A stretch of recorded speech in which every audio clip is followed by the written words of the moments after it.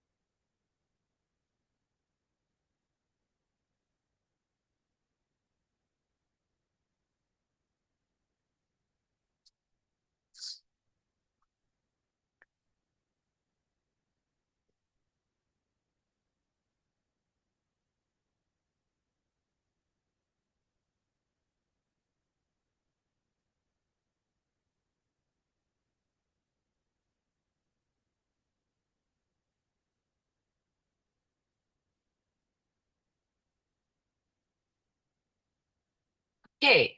So oftentimes when we have, I don't know if it's okay, the same thing for you, but oftentimes when people have discussion about a client that it's more difficult to work with, the discussion oftentimes is going to focus too much on this person instead of focusing on the interaction and what we bring to the room.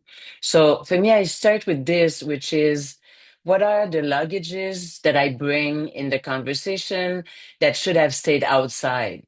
This is not my road trip. This is their route. This is their trip and their hopes. And maybe I need to clean or take out my luggages. So, what I'm going to suggest when we have, when people realize, yeah, maybe what I'm telling myself about that person is not really useful, I'm going to suggest that we do some resource gossiping with, about that person. And I don't know if you've had that practice before. Resource gossiping is that you talk to a supervisor, a group of colleagues, and you say, hey guys, I need help. This person, I have a hard time working with that person.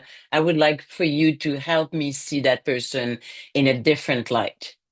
And it makes a big difference if you help me see. So it's not about what am I going to do with that person, is help me see that person in a different light. So I'm going to tell you a short story with a client that I had a hard time working with, and you're going to be my colleagues. You're going to, after I explain to you, you're going to turn on your mic and help me see this person. What are the qualities of that person? What are his values? Maybe his good reasons? What are the things that could help me see him differently? So this guy arrived with me and he said, I asked him what were his best hopes. And he said, I have none. I don't believe in psychologists. It's my wife who threatened me to leave me if I didn't come to see you. So I said, as we know how to say, I said, so what is it that your wife needs to see so you can get rid of me? And he said, my wife doesn't want me to take care of our daughter. They have a 14 years old daughter together. And she said she doesn't want me to take care of her. And I thought, okay, what precisely does she want you to do or to stop doing? And he said, and he started. So my daughter is fat, and that doesn't seem to concern any of them, neither my wife or my daughter. So I decided to intervene. And what I did is for every meal, I take the plate and I show her, I teach her the things that she should do and eat and not eat. And he got this tool and measured her fat every day, and he has an Excel spreadsheet to measure her fat. And so at this moment, I thought, okay, I need to give this man a compliment so we can create an alliance. And it's hard for me to find a compliment. So I say, what is it that you like to do with your daughter? And he started to say that he likes fishing. And he doesn't have a son, he has a daughter. So it's a father and daughter activity, and he does that. So I was going to say something to compliment, and he said, yeah, last time we went fishing, the boat did this. And I couldn't help but telling her that she's too fat. And in a boat, she makes the boat tip in her direction, and she's with a grown man. So at this point, I'm telling you, I stopped being solution focused. I don't even think there's a name to what I did. I argue with a client. Maybe that's the name that I can use to describe what I did. It was bad. It was really bad. So you're my team. I need to see this client another time. Help me change what I'm telling myself about that client. So I would like for you to turn on your mic and a few people say, what are the things that are good about this man so I can feel that I want to see this man again and help him and maybe have an influence on his daughter? So what are the things that you heard? Safana, Berlin. He Well, his he wants the best for his daughter. He wants her to be healthy and maybe attractive. So if I tell myself, okay, maybe this man wants the best for his daughter, maybe he's concerned or about her well-being, her health, or for her to be intimidated by the school boys. So maybe if I see that, I can hear the good reasons. What are the other good things about this man? If we do like a brainstorming, what are the good things that you heard about this man? Brigitte, I would say, Angela? yeah, I would say maybe he went to the trouble to go get that little caliper thing. It's it doesn't sound great, but he's gone out of his way. He's probably looked into it. He's done something concrete, even if He's it's done some research. It was not an impulsive thing. It's not an impulsive buy. Go to the pharmacy. Yeah, he did some research. He was not well informed, but he did research. So I can work with a man who's so organized, disciplined, and who consider research. So that's good things for this man. What else did you hear? Yeah, I heard he's very methodical with his spreadsheet and he's very dedicated uh, to reach the outcome that he's designed for his daughter. And Yeah. I guess he also cares for his wife because he's decided, even though he doesn't see the reason himself, he's done this for his wife to come to you and talk about it. Yeah, how many men are being threatened by their wives that if they don't do anything, she's going to leave them, and they don't. They don't go. So he considered his wife's point of view. And what if I see this man? Maybe he was intimidated when he was 14. Or maybe he remembers what a 14 years old boy can say to a 14-year-old girl, teenager who has um, who's overwhelmed. Wait. So you see, this is not about what I'm going to do with him. It's about me changing what I tell myself about this person. And at that point, because I had this discussion with a colleague, I really felt good about working with this man. Like I really felt good. So he came back and I asked him what was better, even a little bit. And he said, my wife changed. I don't know what I would have said if I didn't change my mindset, but I said I was really in a good mood. And I said, oh, I didn't see your wife. So what did you do so she could change? And he said, I stopped everything. If I hadn't changed my mindset, maybe I would have said, I hope you did, because it was really hurtful and toxic what you were doing with your daughter. Instead, I said, how did you change? You invested so much time and energy and you stopped. How did you manage to stop? And I was sincere and authentic because I had changed the way I saw this man. So he worked with me for a few sessions. And at one point, came back and he was asking every time he came to see me, he was asking his wife and his daughter, what did he need to work on? I didn't ask him to do that, but he was doing that. And he had tears in his eyes because he said, my daughter said, Dad, you're not perfect, but it's so much easier to find compromise when we talk together. And had tears in his eyes. The reason why I mentioned that is because it's the same man that I didn't see in that light when I first met him. So that's the thing that we can do when it's more difficult to work with someone, is to change the way we think, we talk about that person. So another way to do that is prepare tailored and sincere compliments before the next meeting. So supervisor, what she did is she looked at the file and she took a highlight pen and she highlighted all the good things about that person. And she asked the person, do you mind if we start differently? Because I would like to give you some feedback. Instead of giving feedback at the end, I would like to give you some feedback. And it changed the whole session. But I think it also changed her mindset before getting to see that person. Prepare for a road with roundabouts. The reason why I started to use the analogy of the roundabouts is because sometimes when people go back in a more problem-focused discourse, what happens is two things. Either some really well-trained solution-focused practitioners say, Oh, this person needed to talk, so I let her talk. Or they start to say, oh, I'm not so good at being solution focused because she's going back in the problem. Mayday, mayday, mayday, she cannot go back in the problem. And while people are doing that, they're not listening. They're not listening to the words that the person is saying. So I thought, how can I help people just to breathe when the person is going back to more a problem talk? Just to breathe and listen. So I decided to use the roundabout because you know that there are less accidents in roundabouts instead of a stop sign and red lights. And do you know why? Because when there's a roundabout, people pay more attention. They're more attentive. They slow down. And that's why there are less accidents.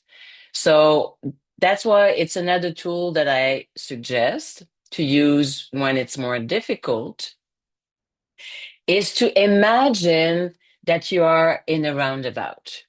So breathe, slow down, pay attention, listen to their words, not yours. You know that I went loosely with the listen, build, and select, but I added the breathing part. I think it's important. So breathe, slow down, pay attention, listen to their words, select, and then take an exit. And you know what we do when we cannot take an exit. When there's a roundabout, I try to go and take the exit, but I'm too late. What do? We just do another return again. And that's okay. So I wanted for people not to panic when it was harder to get back on a solution focused road and just pay attention. And if you cannot take this exit, maybe you can just listen to another more minute and try to take another exit. And in the different tools that we have, the four tools that I find more useful are to get out, to go back on the solution focused road. It's the indirect compliments. Do you know that you're really patient? How did you learn to be so creative? So the person is talking about a problem, but we listen um, to ask what about different questions that are going to maybe help her get an exit, take an exit. I will go to the coping question. And there's not an order. Like you listen and it depends. There's not an order in what I'm saying. Coping questions, considering everything that went, because the person is saying everything went wrong this week.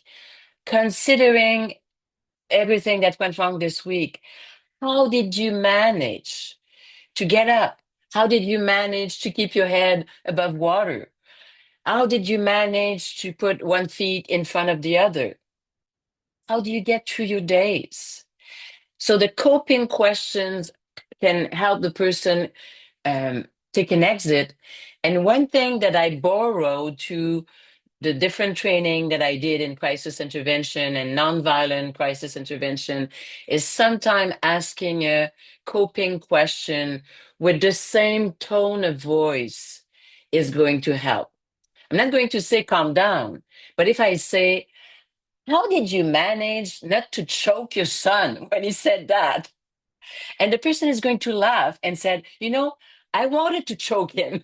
I really wanted to choke him, but I didn't. So how did you manage to do that? So using the same tone of voice can make the person feel validated that we get that it's not easy. Another thing, and that comes from Bill Owen who was talking about when we are SF, we validate with a twist. So we validate, but we don't say, oh, this is difficult. The twist could be a coping question. The twist could be a compliment. But here I have an example. You're right. Nobody should have to wait for so long before getting services. How did you manage to wait? How did you manage to stay hopeful? How did you manage to believe it was still worth coming to see me, even though you had to stay on a 6 months waiting list? So you see, you say you're right. You say it's difficult. It shouldn't have happened, maybe. And yet the twist is you you did it anyway. You're here today. And you waited for 6 months without um, more consequences. You have good reasons. The thing that we say among ourselves, I think, can be really validated. Um, when I say to a woman who feels ashamed that she stayed with a violent husband, to say, you're a smart woman, you have good reasons. And she had mentioned that he was a good father for the kids. You had good reasons. It's because she says she's stupid. You're not stupid. It's because you had good reason. He was a good father, and you wanted for your kids to be with him the longest time possible. This value is really important for you. So your reaction is legitimate, normal.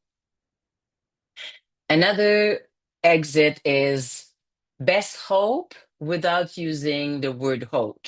Hope. And here I'm going to tell you an anecdote. There's a colleague who said this guy was, she asked him what were his best hope, and she said, if you tell me one more time what are my freaking best hope, I'm going to leave the room. I'm telling you, I'm going to leave the room. And the supervisor was a bit helpless. And she said, well, it's one of our questions. Yeah, but you know what? We don't have just one question to ask for the best hope. You can use another question. And what is important is not the questions, it's the answer. Do we get the answer? Like, we can just go blue asking the same question, but if it doesn't help the client get to that preferred future, maybe we can use another question. So going back to this tool, so I could say, the person says, I feel I have no control over my life. Suppose you get more control. What difference would it make? How will you recognize that you have more control over your life? Or if the person says, you know what, I feel like a chicken without a head. Right now, I feel like that. And she talks fast. Usually, when the people are in the problem focus talk, they talk uh, faster. So this lady who said, I'm fed up. I don't want to be like a chicken without a head anymore. And I said, clearly, you don't want to feel like that anymore. What animal would you prefer to be instead? And she laughed and she stopped. And if you want to take an exit, you have to slow down a bit. And she stopped and she said, I think I want to be like my cat, Pepe. He was a Mexican cat, a real Mexican cat.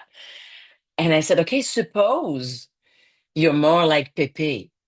And she had to explain to me, Pepe does nothing all day, does nothing all day.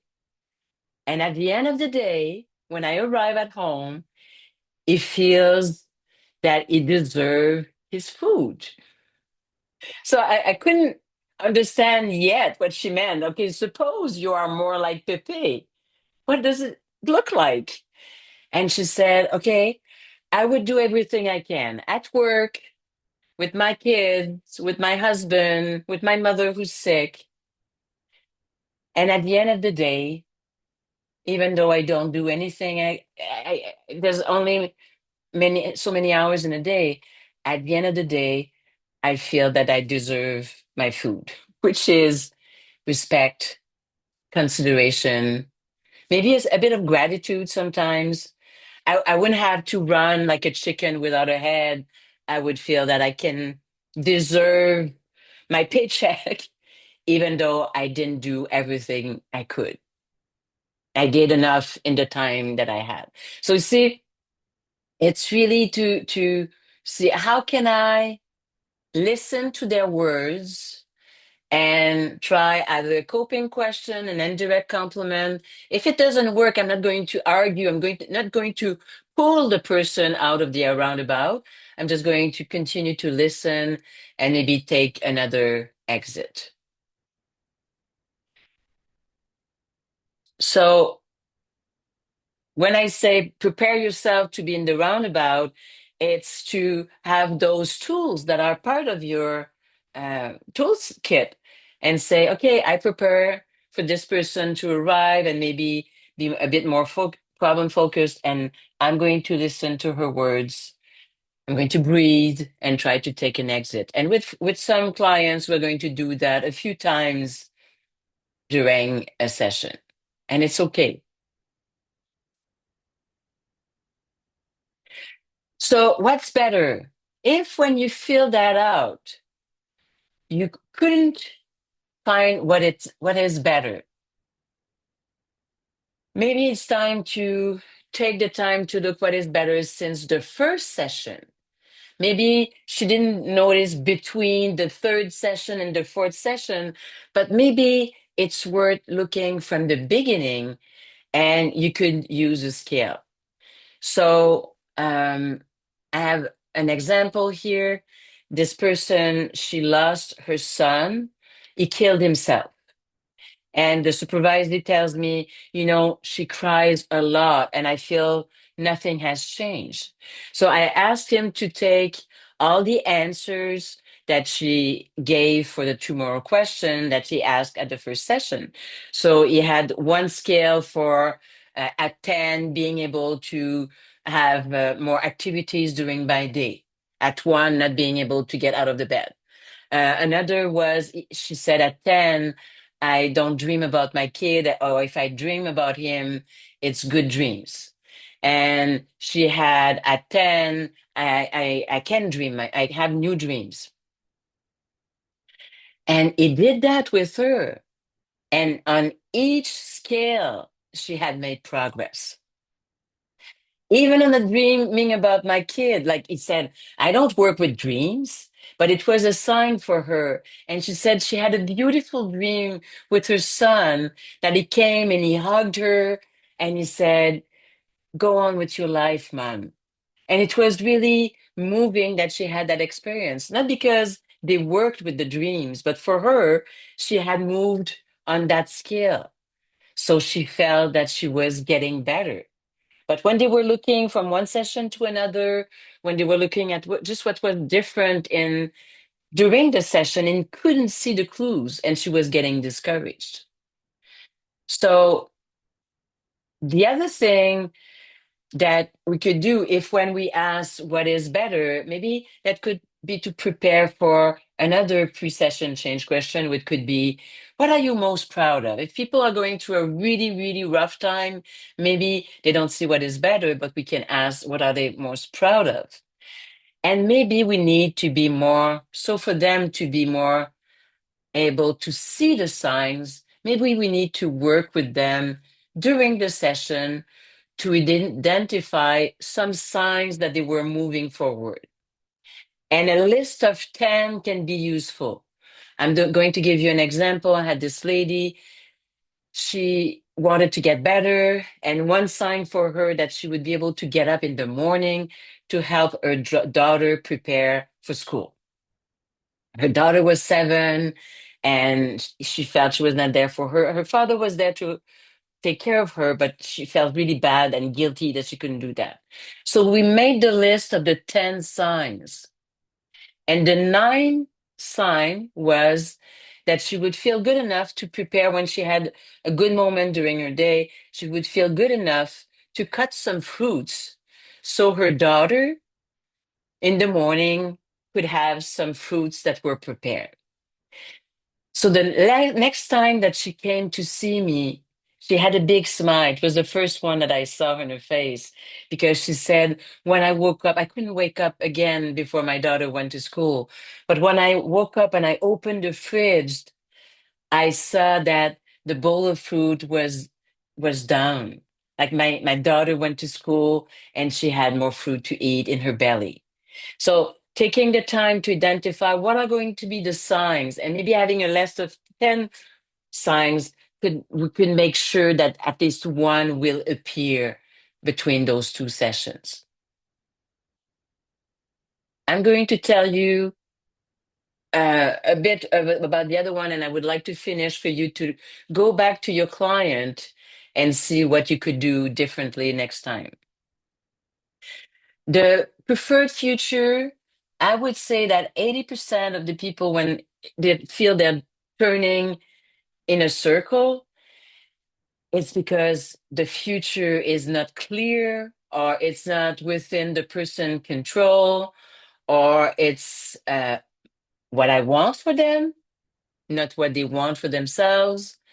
So maybe the context that they had at the beginning was not the same, and they're talking about problems that cannot be fixed. And maybe it's time to do another exercise and do the at your best in that context. Your husband is not at his best, your daughter is not. What does it look like that you are at your best in that context? And maybe really focus on what the person can control.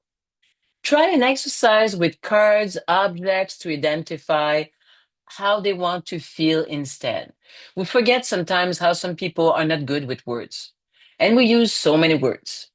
So using cards so the person can identify, this is what I want to feel, object that represent how I want to feel instead of what I'm feeling right now.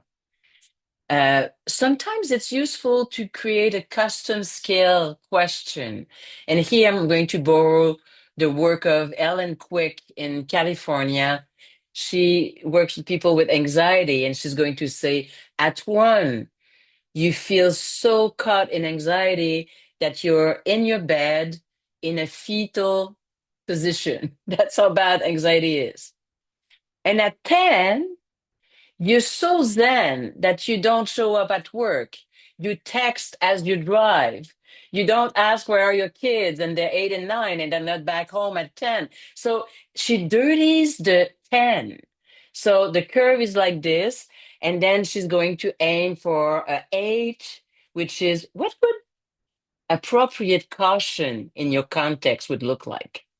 So maybe the person has a preferred future that is like being zen, and being Zen is too much in that context. That wouldn't be good. If you go through a surgery, being too Zen, you're not going to read the paper and do the prep work, talk to the nurse. So what would look like the 8 instead of the 10? And dirtying the 10 could be really interesting.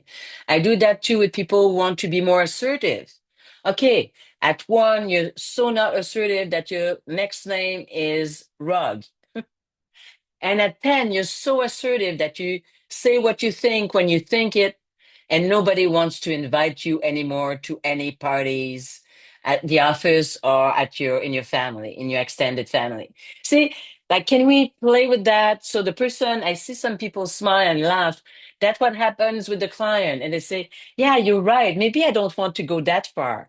And just revisit and have a clear idea. What would be just enough? Assert yourself so you don't feel that you're being taken advantage of, but not too much that you still have relatives who want to see you at next Christmas. So that's one thing that could help. And the other thing is prepare to say that you're sorry if you push your own agenda. Like sometimes when I'm too worried, I really would like for this woman to leave her husband, and I say, you know what? I'm really sorry. And I realized that I was worried for you, but you never asked me to help you leave him. And here I was trying to help you do that. So I'm sorry. And I need more clarity about what is it that you want, because I had this filter of what I wanted for you. So what is it that you're hoping? And then the person will be able to say, you know, I don't want to leave him now because I have no job, and it's going, I know that I will come back. So what I'm hoping from our session is for you to help me see the red flags and to protect myself better. I know I'm not responsible. You don't need to give me a speech. I'm not responsible for his violent behavior, but I think I can be more attentive and protect myself. Okay, Now we have a preferred future. Successful past, here what I see is a lot of people, they do have a successful past with their clients, but sometimes they don't have enough details. They know that this person was a refugee. He immigrated in our country. Wow, this is amazing what he did. But we never took the time to ask, how did you do that? How did you survive in a refugee camp? How did you survive with all the documentation that you had to fill to get into my country, our country? Like, so go and get the details or use a whiteboard to make a list of all the things that we know so far that works for you. Like when you take care of the way you sleep, when you spend less time on your phone, like can we take a whiteboard and just establish a list of what we know so far and get more example for the person to have her recipe book. And some people really like to take a picture with their phone of this list on the board. So it's not just talk. We really document the details of what they do when they feel better, when they assert themselves, when they manage to avoid a panic attack. Like, what are the things that they do? So at the end, they have all their recipes. Or invite them to remember with a friend or their spouse. There was this lady, when I asked when she was less anxious, it was when she was pregnant. That 9 months was a blessing for her. And she said that was the hormones. And maybe I can have a second kid, but I don't want more than two. Like she just saw the solution as being pregnant and having different hormones. So I said, it's not that I don't believe you. I just have the impression that you're forgetting a few things that you also did. It was not just the hormone. So can you, between our 2 sessions, talk to your husband, your best friend, to try to remember everything that you did while you were pregnant? And don't judge anything that you did. Just bring them back and we'll look at them. So the first thing that she said, she came to see me and she said, I know you wanted me to see that. I had no agenda. She said, I was sleeping better. I was eating better. I was going for a walk every day. I know that it must have helped my anxiety. I said, I had nothing specific that I wanted you to find, but I'm glad that you found that. What else helps you? And she said, oh, I used to pet my belly. Like I would take my 15 minutes to be grateful and to breathe and to start my day. Can you imagine how it could have been helpful? I just feel like starting to do that, me too. Another thing that she said, my job is crazy. And when things were really difficult, I would say to myself, I'm gone in 6 months. So I'm gone in 2 months. And I would just say that in my head. And I had more perspective. I could laugh at myself. I took things less seriously. So in co-construction with her, I said, could you repeat that? And she said, oh no, because I would say to myself, be gone in 25 years.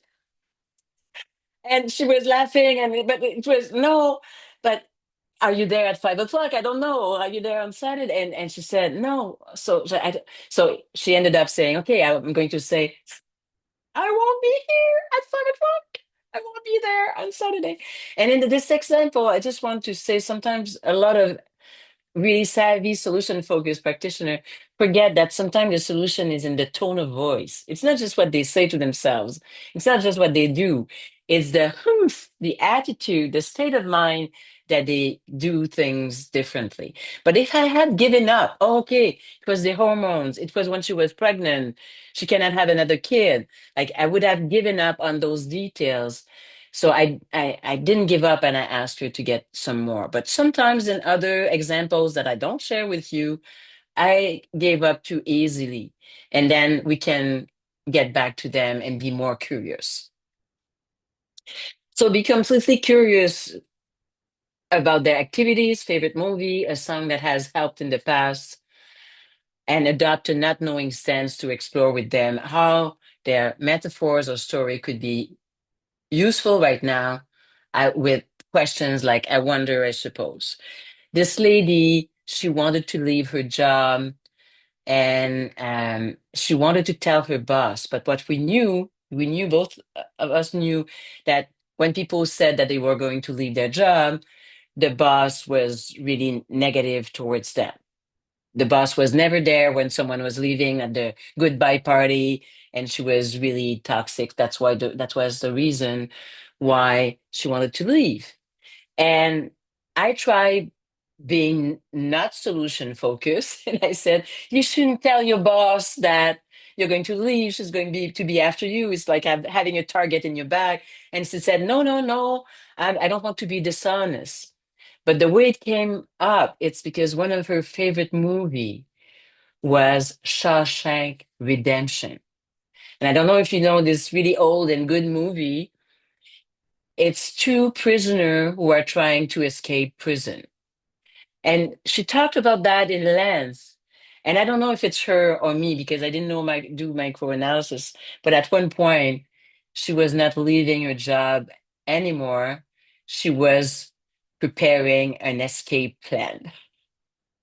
And she couldn't tell her boss that she was preparing an escape plan because if she did, then she wouldn't be able to get out of prison. But when every single time that she used the words escape plan, she had a smile. She couldn't say that as before when oh, I need to find another job. And this job has taken a toll on me. And it was more difficult, but she was more amused when she was preparing her escape plan.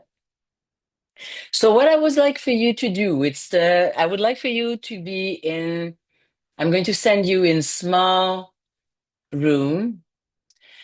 And for this to work, it's not about going back to the problem. It's not to tell every detail that you realize doing the exercise. It's really doing a synthesis. And what I would like for you to discuss with your colleagues is when I filled out the sheet, I realized that, maybe I need to change the way I think I talk about that client. Or maybe this thing about 10 signs. Or I realized that I took a preferred future, but it's not in her control. So maybe I need to do another exercise with maybe another tomorrow question or at your best. And next time I will pay more attention to maybe asking more what else or be more curious. So what did you realize?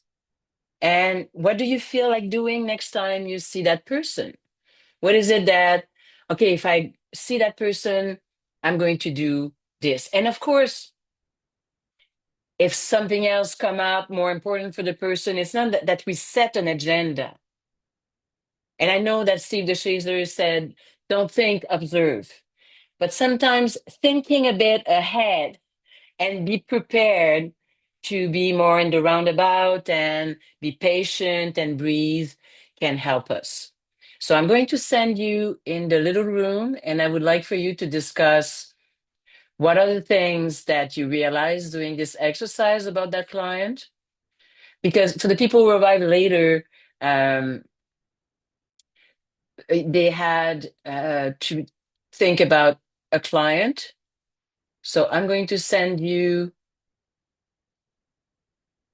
be in room, maybe some people are leaving, so maybe I'll do that. You'll be in room of 3 or 4. So this way, if someone has to leave, at least you won't be alone in a little room. So I would like for you to discuss that. I'm sending you right now.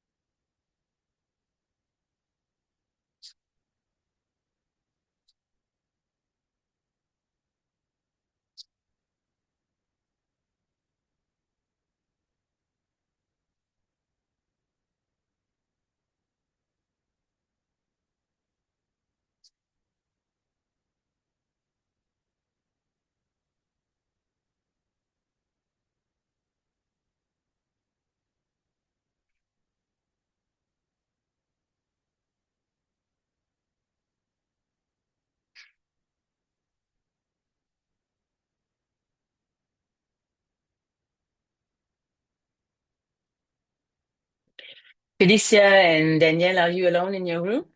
Hi, Yeah, how are you? I'm Sorry, alone in my the room. You were alone, so I will send you with other people. But it's okay. No, you have still 5 minutes. can you hear me okay?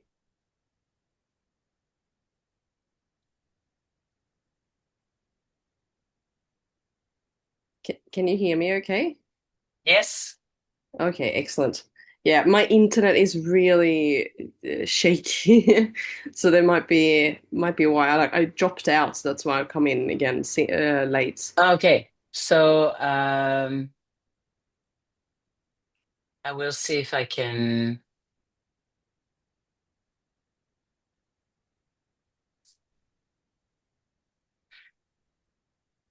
So was there someone in your room? I never got into a room because Ah, I okay. moved to a Okay. different physical room, which then had my Okay. internet drop out. Okay. I think it's going to work now. Hoping.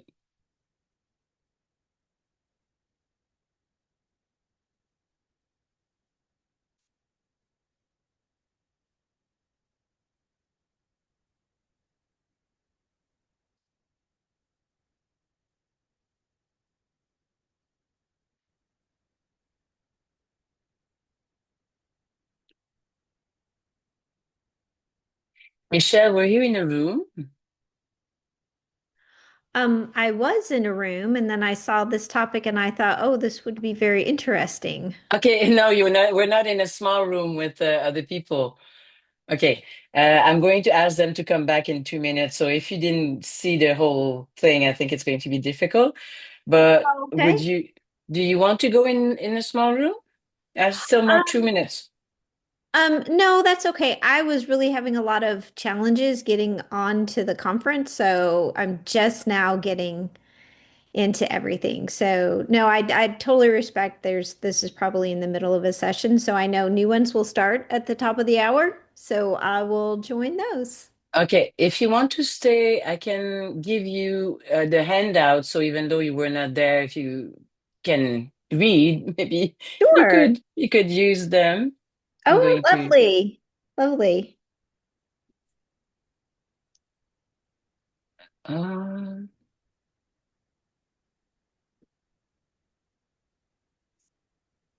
Here you are. Mm, I see that.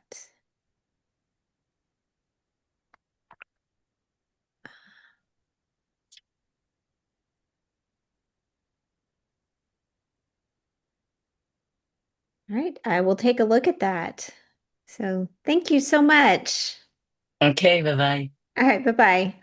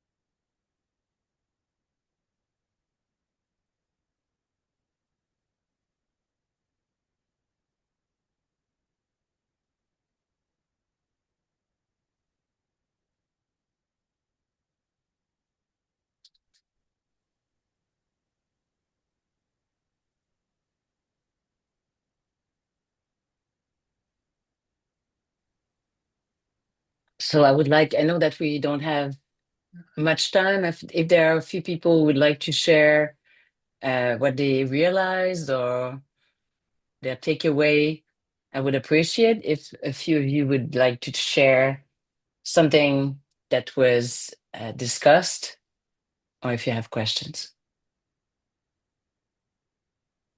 Angela? Yeah, Brigitte, I really love the reminder about getting more details from the resourceful past, because I think sometimes it's like, okay, that's great. Here's a good thing. And I don't tend to explore it in the way I'll really get specific about the potential future of just really breaking it down. And that was a really good reminder. And I could see where it would be helpful amongst many other things, but that's one of the things that stood out for me. Thank you. Really Thank you. good. Thank you. Thank you. Is someone else? We said the world needs more resource gossip. Oh my God, the world needs more resource gossip. I love that. Who said that? Thank you. Absolutely. Someone else? We were in a group with Jill and Blondine, and we very much liked the metaphor or the concept of the roundabout and played with that a little bit and how we can use that in a conversation. Mm-hmm. Mm-hmm. Can I have a second? Actually, yes. Yeah, Of course. Thank you, Angela. but what I love about the roundabout is it's because it's the same shape as I think in our mind what we think about going in circles. And some like we don't think in different shapes. I think we think in that. And so it's really helpful to think it's okay to go round and it's okay. It will eventually, I find that like actual mental image really, really helpful. So thank you. Yeah, and maybe to give some weight to what Angela is saying, in her team, they've been using the roundabout, and it's one of the team that helps them be sometimes less frustrated. Because if you feel that you go in circle, you get frustrated. That's totally normal as a human being, and then you can be frustrated towards your client. And then you will need some resource gossiping because you've been frustrated. So, and then if you see, oh, okay, we're going around, there's an exit. I'm going to listen to find the words that are going to help me do my intervention and take an exit. And if it's not working, I'm going to slow down, listen, and take another one. So it helps to be just more attentive and be more empathic toward the client or ourselves. So, and thank you so much for being here. It was a pleasure to be with you. So maybe we'll see each other in other sessions. Thank you. Thanks, Brigitte. Thank you. Thank you. Yeah. Thank you. Thank you. Thank you.